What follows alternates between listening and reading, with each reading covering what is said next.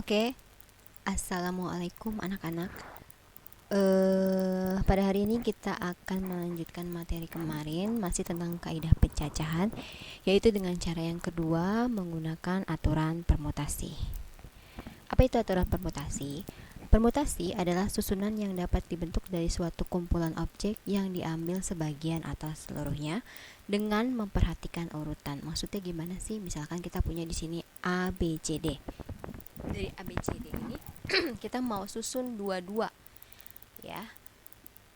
Maka diperoleh himpunan yang anggotanya sebanyak 12. Dari mana sih 12?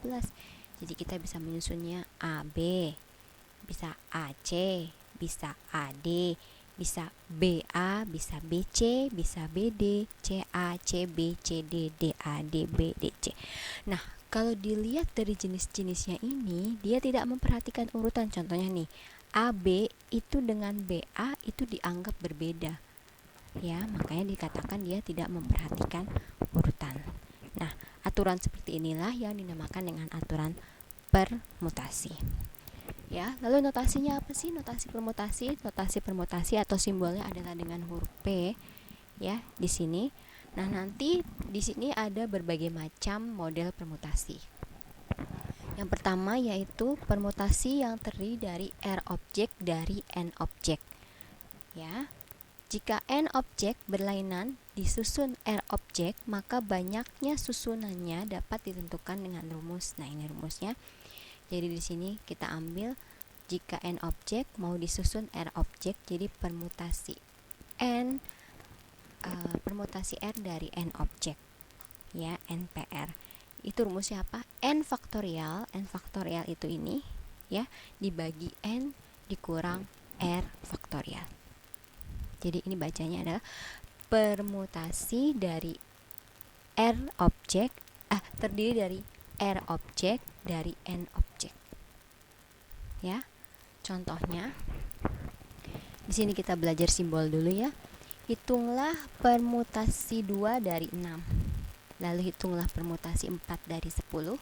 Hitunglah permutasi 3 dari 15. Hitunglah permutasi 2 dari 6. Caranya berarti N-nya 6, R-nya 2. Sesuai dengan rumus yang tadi, berarti N faktorial per N dikurang R faktorial. Berarti N-nya tadi 6, berarti 6 faktorial per 6 dikurang 2 faktorial.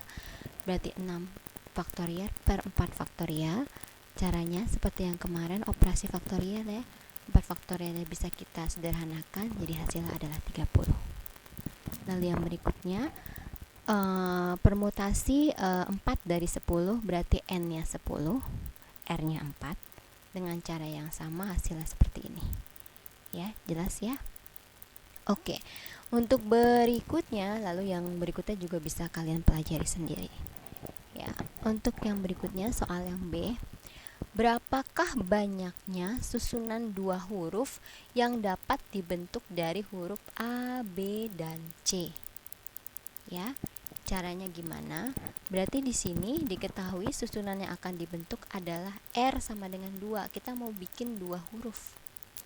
Ya, dua huruf yang disusun dari 3 objek, karena di sini kita punya 3.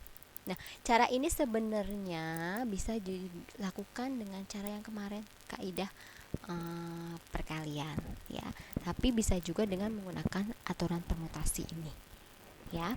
Jadi bagaimana caranya kalau menggunakan aturan permutasi? Kalau dengan menggunakan aturan permutasi, kita pakai rumusnya tadi kita ketahui bahwa R-nya adalah 2 karena kita mau bikin 2 objek dari 3 objek. Makanya di sini kita pakai rumusnya adalah permutasi 2 dari 3. Dengan menggunakan rumus permutasi, hasilnya adalah 6. Kita bisa buktikan benar nggak sih ada 6? Coba ya kita lihat di sini. Bisa aja dari ABC kita mau bikin dua huruf, berarti bisa AB, bisa AC, bisa BA, bisa BC, bisa CA, bisa CB. Ada lagi nggak jenis yang lain? Tidak ada kan? Totalnya ada 6. Ini dengan menggunakan aturan permutasi. Lalu berikutnya untuk soal yang C. Tentukan banyak cara untuk memilih seorang ketua, sekretaris, dan juga bendahara dari 8 siswa yang tersedia. Jadi ada 8 siswa, mau dipilih jadi ketua, jadi sekretaris, jadi bendahara. Nah, ini dia menggunakan aturan permutasi karena urutannya itu kan berbeda-beda. Misalkan ketuanya si A, sekretarisnya si B, bendaharanya si C. Bisa juga dibalik, ya. Ketuanya si C, sekretarisnya si B, lalu bendaharanya si A, seperti itu. Makanya ini dia menggunakan aturan permutasi. Jadi caranya kita tentukan N dan R-nya. Di sini kita punya banyaknya siswa, itu berarti jumlah seluruh siswa ada 8, berarti N-nya 8. Lalu karena kita mau bikin 3 ketua, sekretaris, dan bendahara, berarti R-nya adalah 3. Kita gunakan rumus permutasi, berarti rumus permutasinya adalah permutasi 3 dari 8. Hasilnya adalah 336. Jelas?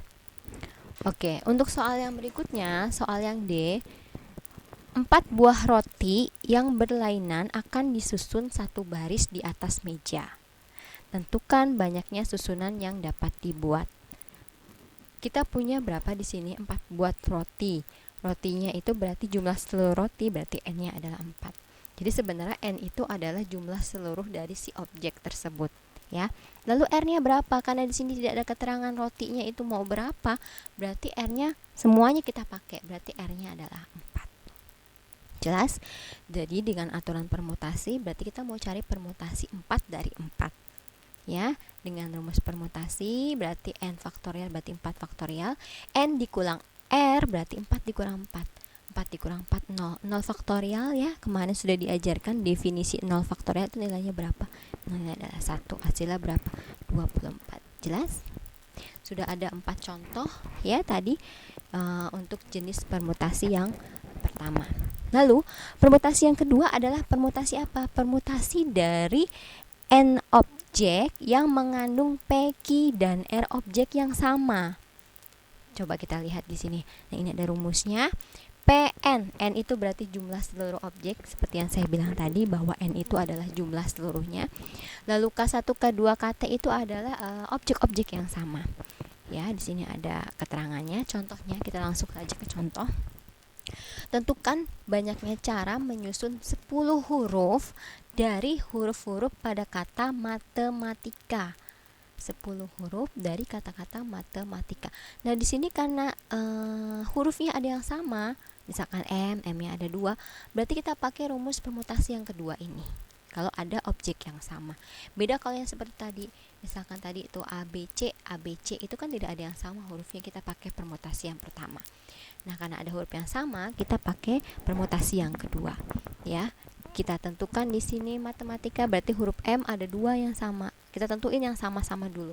A ada 3, T ada 2, E-nya cuma 1, I-nya cuma 1, K-nya cuma 1. Kalau sudah, kita pakai rumus permutasi dengan objek yang sama, ya. Tadi permutasi dengan objek yang sama. Oke, maaf. Ya, ini tadi ya. Rumusnya ini N faktorial per objek-objek yang sama. Tadi kita punya seluruh objeknya ada 10 faktorial, berarti N-nya 10. Lalu objek-objek yang sama itu mana aja? Ini tadi M-nya ada 2, 3, 2. Nah, kita tulis semuanya di sini faktorialnya. Dibagi 2 faktorial, 3 faktorial, 2 faktorial, 1 faktorial, dan seterusnya.